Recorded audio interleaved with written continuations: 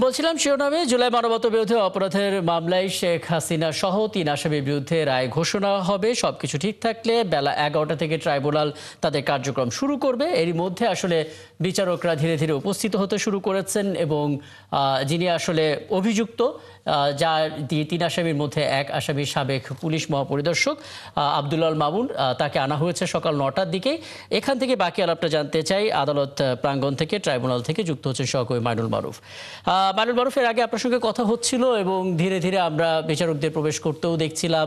আইনগতভাবে আইনশৃঙ্খলা পরিস্থিতির অবস্থান আমাদের চোখে পড়ছিল। কটা নাগাদ আসলে রায় ঘোষণা হতে পারে এবং আপনি বলছিলেন ১১টা থেকে। এখনকার যে পরিবেশ তাতে মনে হচ্ছে কিনা ১১টা থেকেই শুরু হবে, কারণ সবাই এসে উপস্থিত হয়েছেন কিনা এবং শহীদ পরিবার সহ বিভিন্ন সংগঠনের উপস্থিত হওয়ার কথা, তারা এসেছেন কিনা? আর রাকিব, বেলা ১১টায় রায় পড়া শুরুর কথা রয়েছে এবং আমরা আশা করি যে ১১টার দিকে শুরু হবে এবং এই রায় পড়তে যতক্ষণ লাগে তা হয়তো এখনই বলা যাচ্ছে না ঠিক কতক্ষণ লাগবে রায় পড়তে। তবে যেই রায় আজকে পড়া হবে এর কিন্তু বলা যায় যে আজকে থেকে ১৩০ দিন আগে শেখ হাসিনার বিরুদ্ধে যে অভিযোগ গঠন তা হয়েছিল এবং ১৩০ দিনের মাথায় এই বিচারের কিন্তু রায় হচ্ছে এবং প্রসিকিউশন বলেছিল যে তারা জুলাই গণহত্যার যে বিচার কার্যক্রম তা অতি দ্রুত তারা করতে চান এবং যারা দোষী তাদেরকে যে সঠিক বিচার বা স্বচ্ছ বিচারের মাধ্যমে তাদেরকে সাজা দিতে চান এবং তারা কিন্তু প্রত্যাশা ব্যক্ত করেছেন যে তারা যে সকল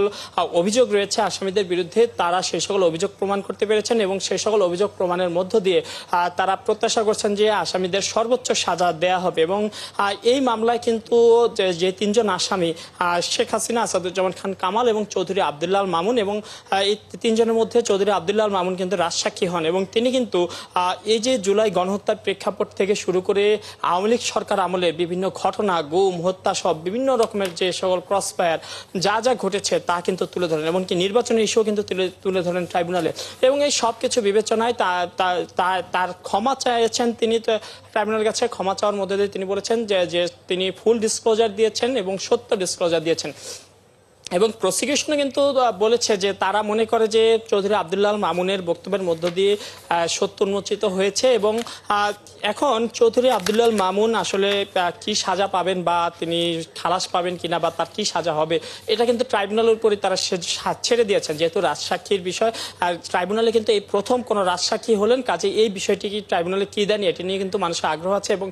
আমরা সবাই কিন্তু অপেক্ষায় আছি যে চৌধুরী আব্দুল আল মামুনের কি রায় আসে তার বিরুদ্ধে। পাশাপাশি আসাদুজ্জামান খান কামাল এবং শেখ হাসিনা তারা দুজনেই পলাতক রয়েছেন এবং তাদের দুজনের বিরুদ্ধে তাদের দুজন পক্ষে কিন্তু আইনজীবী নিয়োগ দেওয়া হয়েছিল এবং সেই আইনজীবী কিন্তু কিছুক্ষণ আগে বলেছেন যে তিনি প্রত্যাশা রাখেন যে তার আসামিরা খালাস পাবেন বা তিনি অপরাধ প্রমাণ করতে পারবেন না প্রসিকিউশন, এমন প্রত্যাশা কিন্তু তিনি বলেছেন। এবং অপরদিকে প্রসিকিউশন বলেছে তারা যে সকল তথ্য প্রমাণ, ডকুমেন্টস যা যা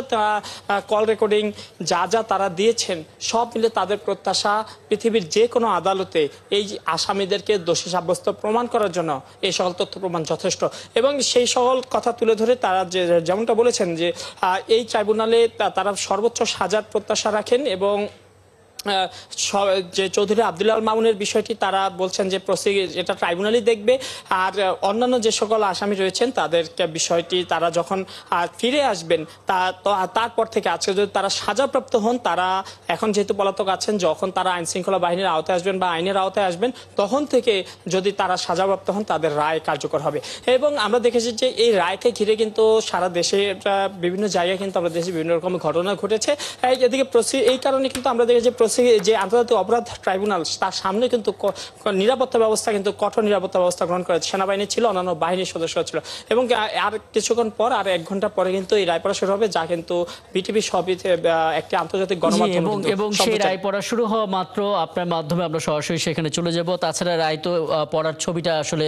বিটিভি সহ অন্যান্য টিভি চ্যানেলগুলোতেও সেগুলো সম্প্রচার করা হবে, মোড়ে মোড়েও সেটা করা হবে, আমরা খবর পাচ্ছিলাম। নিশ্চয়ই আপনার কাছ থেকে পরবর্তীতে আপডেট জানতে পারবো। সহকর্মী মাইনুল মারুফ আমাদের সঙ্গে যুক্ত হয়েছিলেন আন্তর্জাতিক অপরাধ ট্রাইব্যুনাল থেকে।